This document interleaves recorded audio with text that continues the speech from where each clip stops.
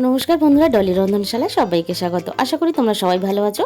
আর আজকে তোমাদের সাথে নিরামিষ একটা পাঁপড়ের রেসিপি শেয়ার করব। নিরামিষ দিনে বা যে কোনো দিনে কিন্তু এই রেসিপিটা তোমরা বানিয়ে দেখতে পারো, খেতে খুবই ভালো হয়।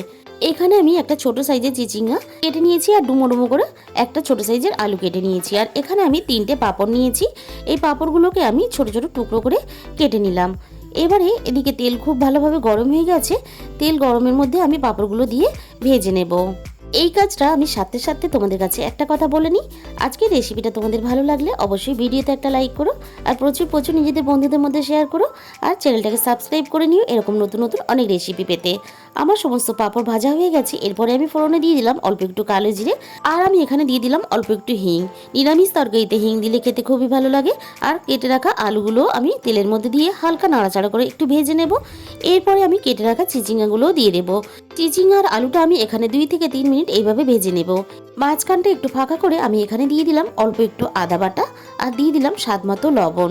লবণটা এখানে দেওয়ার সময় বুঝে দিতে হবে, কারণ পাঁপড় ভাজার পরে দেখা যায় অনেক সময় পাঁপড়ের মধ্যে লবণটা অনেকটা বেশি থাকে। সবকিছু খুব ভালোভাবে একসাথে নাড়াচাড়া করে ভেজে নিয়ে আমি সামান্য পরিমাণ জল দিয়ে দিলাম 1/2 চামচ পরিমাণ হলুদ গুঁড়ো, আর দিয়ে দিলাম 1/2 চামচের একটু কম ঝাল লঙ্কার গুঁড়ো, আর দিয়ে দিলাম 1/2 চামচের একটু কম কাশ্মীরি লঙ্কার গুঁড়ো, আর দিয়ে দিলাম 1 চামচ পরিমাণ জিরের গুঁড়ো, আর 1 চামচ পরিমাণ ধনে গুঁড়ো। যেহেতু এটা নিরামিষ তরকারি তাই অল্প একটু চিনি এখানে দিয়ে দিলাম। একটু নিরামিষ তরকারিতে মিষ্টি মিষ্টি হলে খেতে ভালো লাগে। চিচিঙ্গা আর আলু খুব ভালোভাবে মশলার সাথে কষিয়ে নিয়ে এখানে আমি একটু জলের পরিমাণটা কিন্তু বেশি দেবো, তা না হলে পাঁপড়টা ঝোলের মধ্যে দেওয়ার পরে অনেকটাই ঝোলটা টেনে নেবে। এবার খুব ভালোভাবে আমি সবকিছু সিদ্ধ হতে দেবো। আলু আর চিচিঙ্গা এখানে খুব ভালোভাবে সিদ্ধ হয়ে গেছে। এবার দিয়ে দেবো আগে থেকে অল্প একটু সর্ষে আর পোস্ত বাটা। আরও এখানে 2 থেকে 3 মিনিট ফুটিয়ে আমি গ্যাসের ফ্লেমটা এবার অফ করে দেবো। এবার আমি ভেজে রাখা পাঁপড়গুলো দিয়ে দেবো।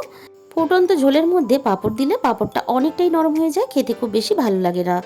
এই পর্যায়ে পাঁপড়টা দিলে পাঁপড়টা নরম হয়ে যায় আর খেতে খুব ভালো লাগে, আর পাঁপড়টা কিন্তু গোটা গোটা থাকে। আমি যতটা পাঁপড় ভেজেছিলাম সবগুলো কিন্তু পাঁপড় এখানে দিয়ে নিই, অল্প কিছু এমনি খাওয়ার জন্য রেখে দিয়েছি। তোমাদের মূল্যবান সময় দিয়ে আমার এই রেসিপিটা দেখার জন্য অসংখ্য ধন্যবাদ।